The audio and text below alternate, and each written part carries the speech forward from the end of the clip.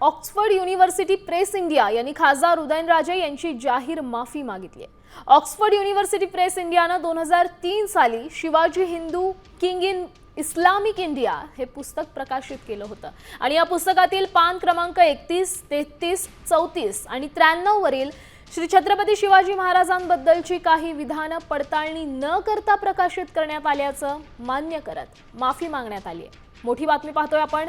या विधानांना प्रकाशित केल्याबद्दल आम्हाला मनापासून वाईट वाटतंय, अशी प्रतिक्रिया, कोणत्याही त्रासाबद्दल आम्ही जाहीर माफी मागतो अशी नोटीस वर्तमानपत्रात देत या संदर्भात अधिकची माहिती देतात आपले प्रतिनिधी ओंकार कदम। ओंकार, नेमकं प्रकरण काय आहे, या पुस्तकातला मजकूर काय? साली जेम्स लेन हे पुस्तक प्रकाशित झालं होतं जेम्स लेनच्या नावाने आणि ऑक्सफर्ड युनिव्हर्सिटी प्रेस इंडियाने हे प्रकाशित केलं होतं पुस्तक आणि तेव्हापासून या पुस्तकावर वादविवाद सुरू होते।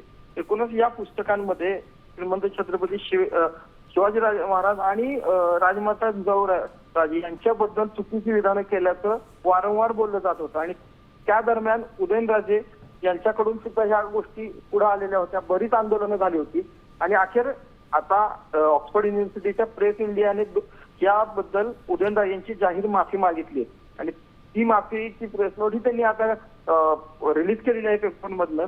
एकूणच या सगळ्या विधानांबद्दल आम्हाला मनापासून वाईट वाटत आहे आणि छत्रपती उदयनराजे भोसले आणि जनतेला झालेला जो त्रास आहे त्याबद्दल आम्ही माफी मागतो, अशा प्रकारच्या या नोटीसमध्ये त्यांनी उल्लेख केलेला आहे। या पुस्तकांमधील पान क्रमांक 31, 33 आणि 34 आणि 93 या पानांवर जो काही मजकूर लिहिला गेला त्याची पडताळणी केली नसल्याचं सुद्धा कबुली या युनिव्हर्सिटीच्या कडून देण्यात आलेली आहे। ओंकार, धन्यवाद दिलेल्या या सविस्तर अपडेटसाठी। तर अखेर ऑक्सफर्ड युनिव्हर्सिटी प्रेस इंडियानं दिलगिरी व्यक्त केलेली आहे।